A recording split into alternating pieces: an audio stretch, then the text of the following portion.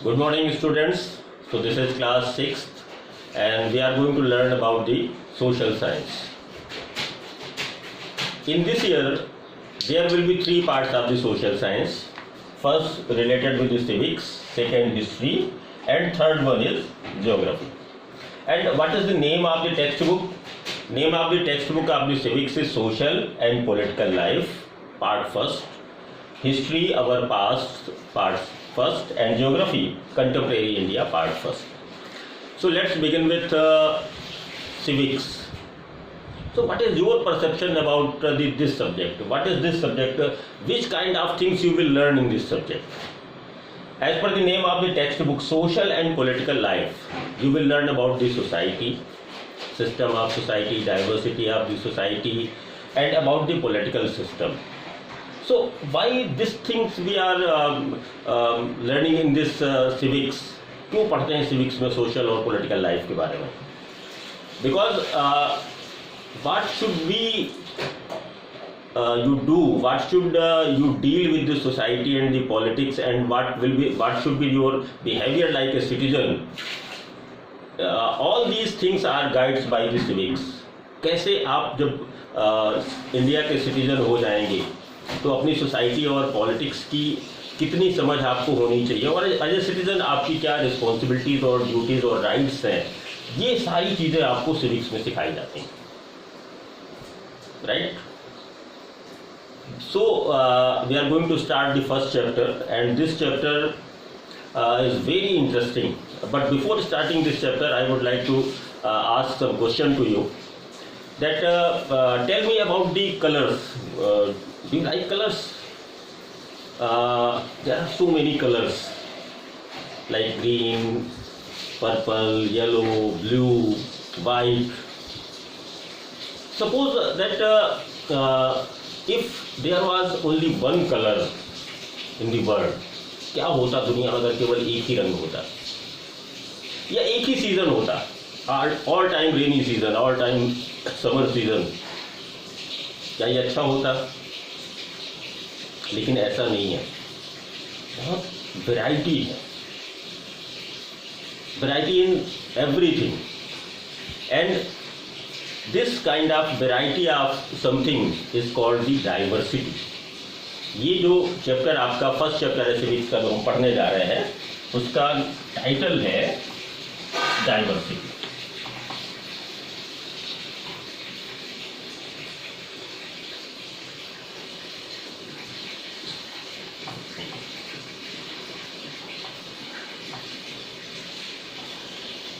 चलिए इसके कॉन्सेप्ट को थोड़ा सा और क्लियरली हम समझते हैं. जैसे आपको हम कहें कि just write the names of the flowers, आप लिखेंगे rose, marigold, lily. There are so many kinds of flowers, so many kinds of rivers, so many kind of the people. So all these things are varied from each other. These things are not the same. अपने घर में देखें, आप घर में क्या सारे लोग एक जैसे हैं?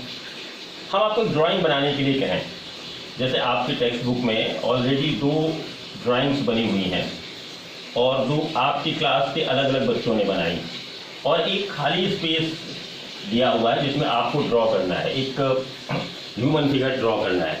Suppose all the figure will be same or different.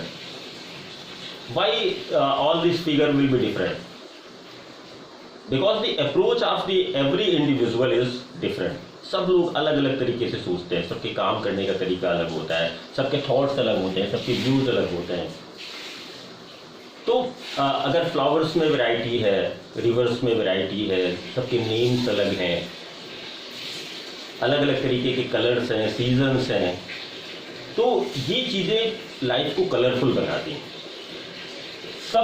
सबकी ड्राइंग अगर एक जैसी हो जाए, सबके काम करने का तरीका एक जैसा हो जाए, सबके सोचने का तरीका एक जैसा हो जाए, तो सोचो यार कितना बोरिंग होगा ये सब. ये जो वैरायटी है, ये जो डाइवर्सिटी है, this is the essential part of the our society. अगर हम सोसाइटी की बात करें तो चलिए सोसाइटी में किस तरह की डाइवर्सिटी. अगर मैं आपसे कहूँ कि आप मुझे बताएं इंडिया में कितने तरीके की लैंग्वेजेस बोली जाती हैं, how many types of languages people speak in India? you will be amazed to know that there are more than 1,500 languages in India only. So many kinds of religion. So there is diversity related with the language. There is diversity related with the religion. There is a diversity related with the region, faith, customs, tradition, festivals. Your clothing habits, clothing choices, food habits are different with the other. So all these things makes India very colorful. कितने तरीके की विचारधारा के लोग यहाँ रहते हैं, कितने तरीके के त्योहार आप मनाते हैं, कितनी वैरायटी है उनमें. Languages, religion, custom, trade, faith, beliefs, all these are different. So one thing I would like to ask you, that what you think, that whether this diversity is good or not, whether this diversity is threatened for our unity or not. क्या इस diversity के होने के कारण हमारी unity को कोई खतरा होता है, या ये अच्छा है, या ये हमें स्ट्रेंथन करता है हमारी यूनिटी को. इसके बारे में एक बहुत अच्छा सा कोट पंडित जवाहरलाल नेहरू का था, हम आपसे शेयर करना चाहेंगे. उन्होंने कहा था, यूनिटी इन डाइवर्सिटी.